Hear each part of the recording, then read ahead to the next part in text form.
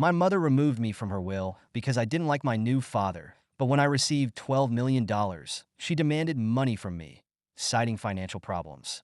I don't think anyone ever dreams of a childhood like mine. To me, family was supposed to mean safety, love, and warmth, but those were things I only saw on TV or heard other kids talk about. When my mother, Linda, remarried Richard, I thought maybe things would finally get better. I was wrong. Linda was distant. I don't know if she was always that way or if it happened slowly over time, but by the time I was old enough to notice, she was more like a roommate who drifted in and out of my life than an actual mom. She was constantly busy, always fussing over the house, or more likely, over Richard and his son, Brian, who to her could do no wrong. It felt like I was the extra in a play where I was meant to be the main character, but instead, I was the outsider, the one person who never quite fit from the start. Richard didn't try to hide his feelings about me. He acted like my very existence was a problem he had to deal with, and not in some subtle, I'm the man of the house way. No, he was obvious, loud, and relentless about it. There was disgust in his eyes whenever he looked at me, like I had interrupted his perfect life just by being around. He wasn't shy about his opinions either. Every little thing I did was wrong, and he made sure I knew it.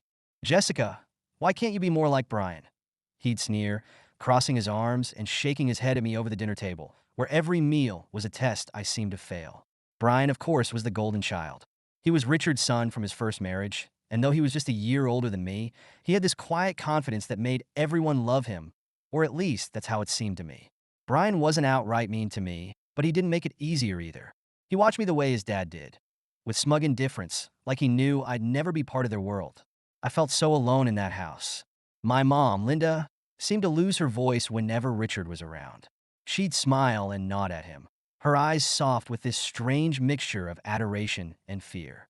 It was like she'd forgotten I existed most of the time, only acknowledging me when Richard or Brian wasn't around. The few times I did ask her why she let Richard treat me the way he did, her responses were evasive, like she was too tired to even think about it. "Jessica, he's just strict. He wants the best for you," she'd say in that empty tone, not even looking at me as she spoke. I stopped asking her after a while. But it wasn't just words. Richard wasn't afraid to make sure I stayed in my place. I remember one time I'd come home from school with a report card that wasn't perfect, mostly B's with a couple of A's. I thought I'd done well, considering how I had to sneak in study time with all the chores Richard assigned me. But as soon as I handed it to him, I knew it wouldn't be enough to. This is what you call effort," he snapped, his voice dripping with disdain. He crumpled the paper in his hand, throwing it back at me. "Jessica, why can't you be like Brian? Do you see this?" He pulled out Brian's report card from the table drawer, showing off a perfect row of A's as if it were a piece of art. I wanted to yell, to tell him how unfair he was being, how much harder it was for me. But when I opened my mouth, the words caught in my throat, and all that came out was a weak, "I'm trying." He shook his head and muttered, "Try harder," before ordering me off to my room. And Linda? She just watched. She always just watched, a small, sad smile on her face, as if she were sorry but too afraid to say anything. I'd sit in my room, sometimes for hours, just staring at the walls, feeling like I was sinking into the floorboards.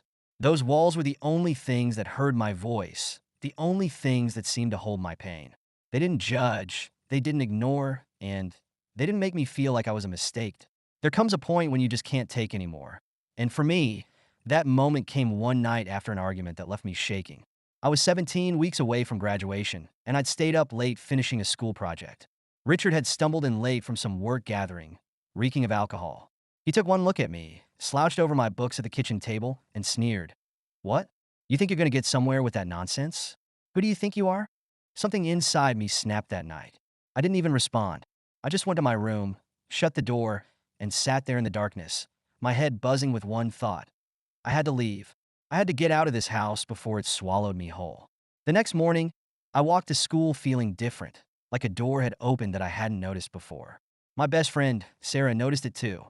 Sarah was a quiet, steady presence in my life. Someone who didn't pry, but was always there when I needed her.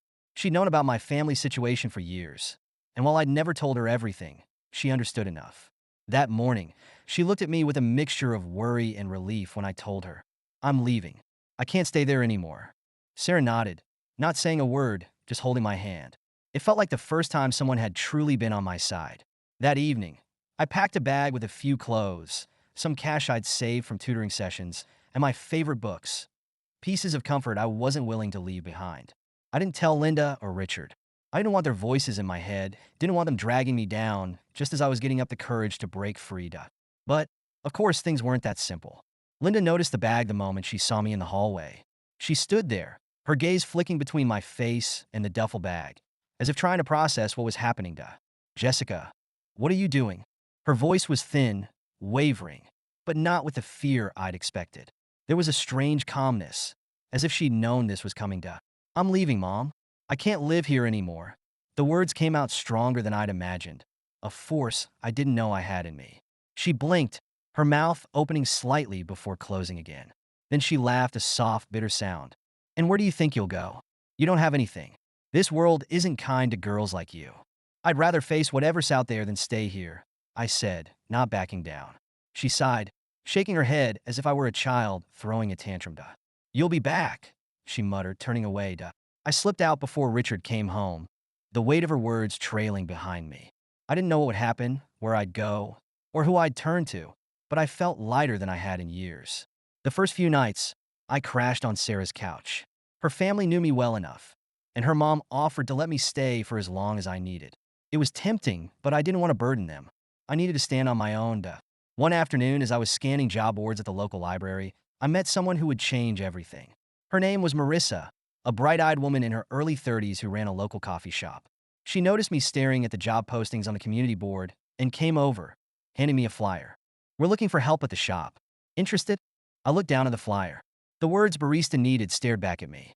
It wasn't glamorous, but it was a start. I nodded, and by the end of the week, I was clocking in for my first shift. Marissa quickly became more than just a boss. She was like the sister I'd never had, a mentor who seemed to understand what I was going through without me saying a word. She'd been through her own battles, and there was a strength in her that I admired deeply. She'd give me extra shifts when I needed them, slip me a sandwich when she thought I looked tired, and once, when she caught me crying in the break room, she just sat with me, her hand on my shoulder. Living independently was harder than I'd imagined. Rent, food, and bills piled up, and I found myself stretching every dollar. But for the first time, I felt like my life was mine, not a puppet show controlled by Richard and Linda.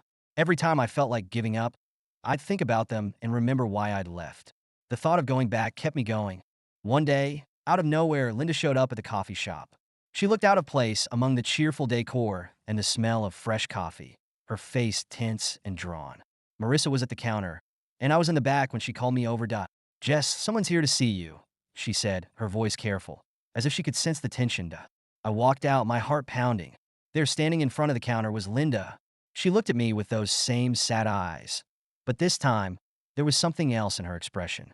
Guilt, maybe? Regret? She took a deep breath before speaking.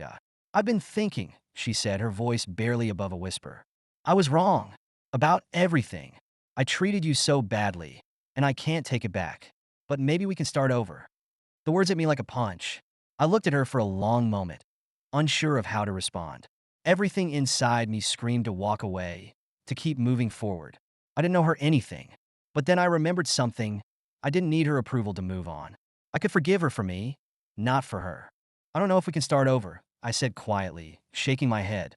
But I've already started my own life. She nodded, her shoulders slumping in defeat. I understand, she whispered. And just like that, she left. It was the last time I ever saw her. I realized in that moment that I didn't need their approval to be happy.